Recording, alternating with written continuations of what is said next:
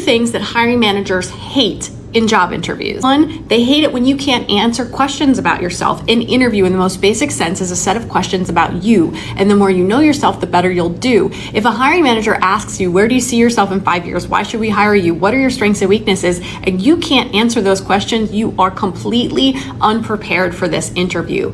An interview is very simple. It's questions about you. So ahead of the job interview, you need to do some soul searching and figure out how you're going to answer those questions. What are your strengths and weaknesses? Where do you see yourself? Why do you want to work here? And why should I hire you? And number one, hiring managers hate it when you don't do your research ahead of an interview. Did you go on the company's website? Did you read the job description? Did you connect with me on LinkedIn? Did you learn anything about me? Did you Google me? Did you Google the company? Did you Google our competition? Do you even know what we do? Do you know what our products are? If you don't know any of this ahead of a job interview, you are not going to do very well. In order to position yourself for success, you need to know yourself and you need to know the company where you're interviewing in order to make a case for why you're qualified. These are simple, basic things that you need to do ahead of a job interview that don't take a tremendous amount of time. And if you're not doing it, you're just setting yourself up for failure. Know yourself and do some basic research on the organization. For more tips on how to interview better, get an Interviewology profile, which is a 40-page customized workbook that outlines the impression that you're making in a job interview. Are you a charmer, challenger, examiner, or harmonizer?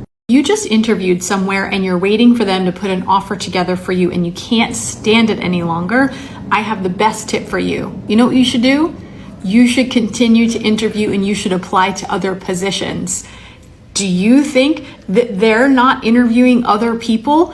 They are. They still have that job open and they're still looking. Until you get a signed offer letter, do not stop your job search. I get it. I can hear you in the comments already, but I'm sick of looking for a job. I'm so fried. I don't want to do this anymore.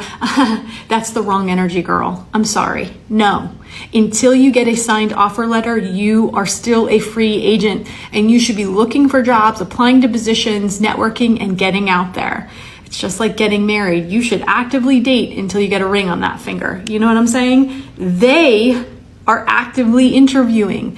Don't take yourself off the market while they're actively interviewing. Because trust me, until they send you an offer letter, they are actively interviewing. And you should be too. You don't know the difference between interview styles, and it's okay. No one ever taught you, so I'm going to teach you. It is really important to understand your interview style so you know what impression you truly make in a job interview. Number one, we have charmers. Charmers go into interviews wanting to be liked. They are highly accommodating. They have no problem telling people what they want to hear. Number two, we have challengers. Challengers want to be respected and heard. Above all else, they want to be themselves and they have no problem asking tough questions. Number three, we have examiners. Examiners look at job interviews like a test that they will either pass or fail. And then lastly, harmonizers. Harmonizers go into a job interview just wanting to adapt. They prioritize showing the hiring manager that they can fit in. It is really important to understand what impression you make and what your priority is as an interview style, because not everyone interviews like you. You may be a charmer in an interview with an examiner hiring manager, or your hiring manager might be a harmonizer and you're a challenger. You see, your wires can get crossed very easily. If you go into a job interview thinking that everyone interviews the same way, you're not going to be prepared. In order to discover your interview style, take our scientifically valid 20-question interview style assessment. It takes about 6 minutes, and it will produce a 40-page customized workbook that outlines everything that you're doing right and wrong, your interview style, and it's chock full of all the resources that you need to interview better. You're asked in a job interview, what are your salary expectations? Don't panic, and whatever you do, do not give them a number. I understand you're nervous and you really want this job, and you're really worried that if you don't answer their questions, they're not going to pass you on to the next round. But here's the thing. They want you to disclose a number so they can underpay you. They're hoping that you undercut yourself. They're hoping that you say, oh, well, I'd really like a job paying 70. And they're thinking, fabulous, because our salary range goes up to 100. You see, there is no benefit of you giving them a number. So when they say, what are your salary expectations? You say, what is the position paying? And they're probably not going to answer it. They may say something like, well, we really need to know what your expectations are before we move you on to the next round.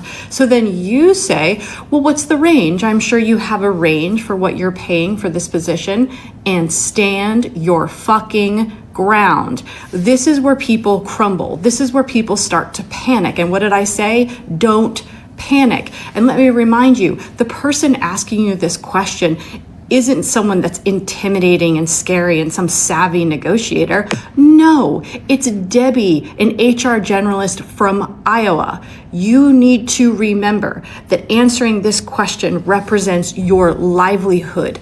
The salary that you are now negotiating is what you are going to get paid for the work that you do. Do not bend.